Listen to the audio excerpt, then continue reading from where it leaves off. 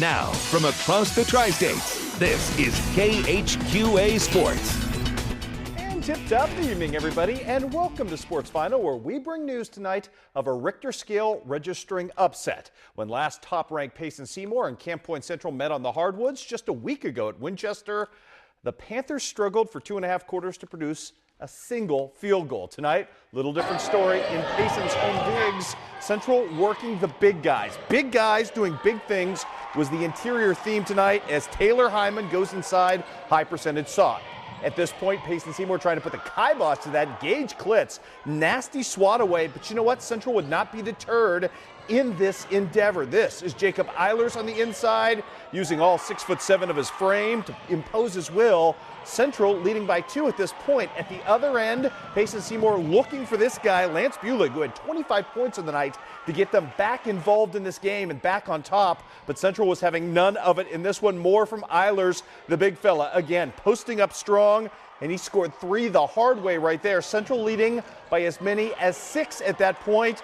Cody Hildebrand doing Cody Hildebrand things right here, trying to negate that lead, but just too much Central in this ball game tonight. Great steal right here by Austin Kramberg. Going to hook up eventually with Taylor Hyman, who is going to eventually finish on the missed shot by Jacob Eilers. Central gets the victory tonight, upsetting the #1 team in the state on their home floor. 56-49 was your final.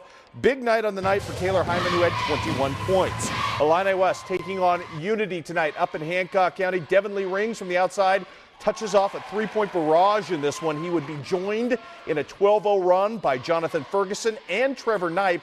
12-0 to start. Unity would eventually climb back into this game. However, we have not yet received a final on this late starting game.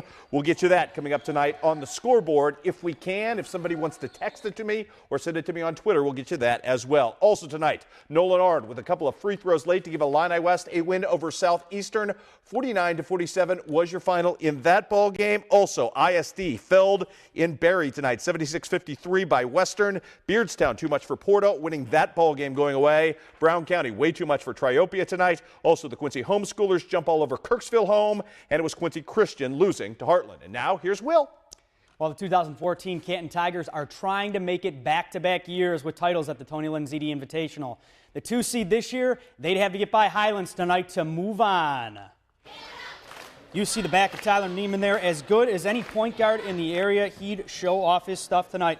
Gabe McKenzie going to get the ball in the corner, make easy work of that 3 right there. Canton in control early. Brandon Beerholst, knee nicked up the past couple weeks. He'd get the lay-in off the turnover to go right there. Second half, Highland puts together a little bit of a run.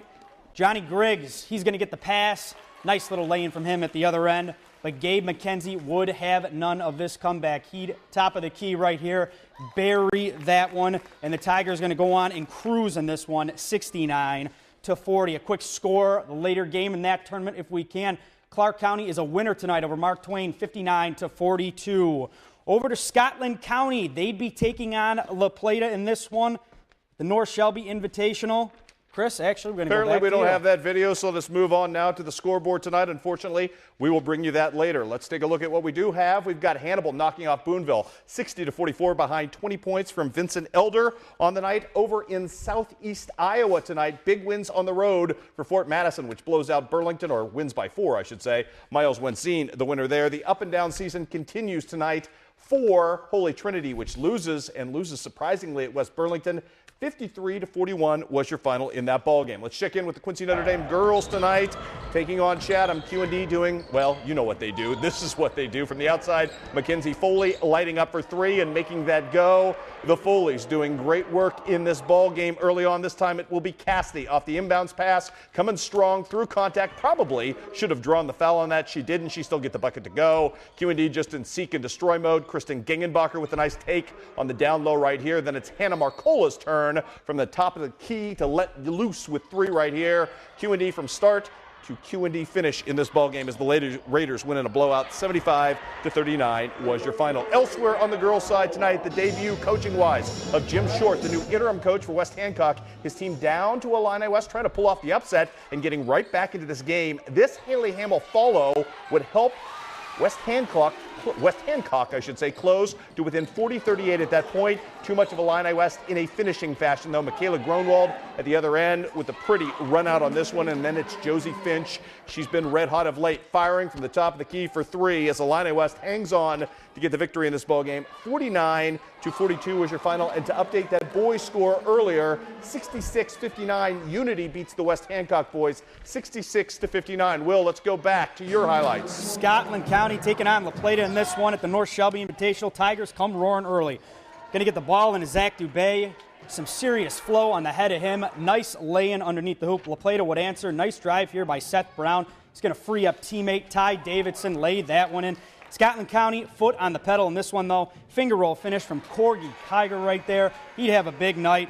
Tigers would win this in a close one, 69-66. Back over to you, Chris. All right, back to some girl scores tonight. Macomb jumps all over Liberty and wins 59-42 in a game that featured a ton of free throws. Sydney Hare with 10 points to help lead the way. Bowling Green girls back at the Lenzini. Hey, there's your namesake, taking it all in tonight. Tony Lenzini in the house watching Bowling Green jump out to an early lead in this game. Nice scoring rhythm right there, started by Tori Nichols in this ball game.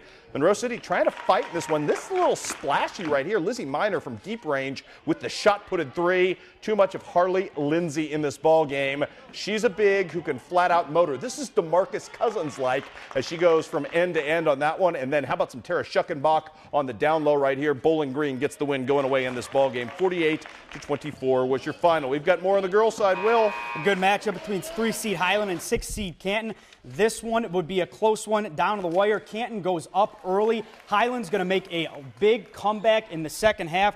They're going to go on and win this one 40-37. Few scores to get to for the Macon tournament if we can real quick. South Shelby a loser to Brookfield tonight, 68-56. Centralia a winner over Moberly, 54-41. And Mexico gets it done over Canton, 49-44. Number 1 seed Knox County flex their muscles tonight against number 8 Brashear. All Lady Eagles all the time in this one. Logan Dale, she's going to hit the 12-footer, and it would be Lady Eagles all night. They're going to get this one done 72-25. 4-5 matchup between Schuyler County and Scotland County in the 4:30 game at this one. Right down low right there, Summer Small with the lay-in, and Schuyler would pull away late in this one, and they'd get it done 49-38. Chris?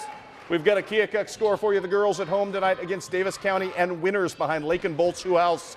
53-45 your final. Lakin Bolts on the scoreboard tonight with 19 points to finish off that Keokuk victory. One note to pass along. Congratulations to this fella, Jacksonville's Devontae Clark, who got a commitment, or actually who got an offer scholarship-wise from Western Illinois today and accepted it. He made a verbal commitment tonight to Western Illinois. So your newest Leatherneck, outstanding safety from Jacksonville. Our congratulations to Devontae Clark. We're all out of time. Student Athlete of the Week coming up tomorrow. We'll see you then, everybody.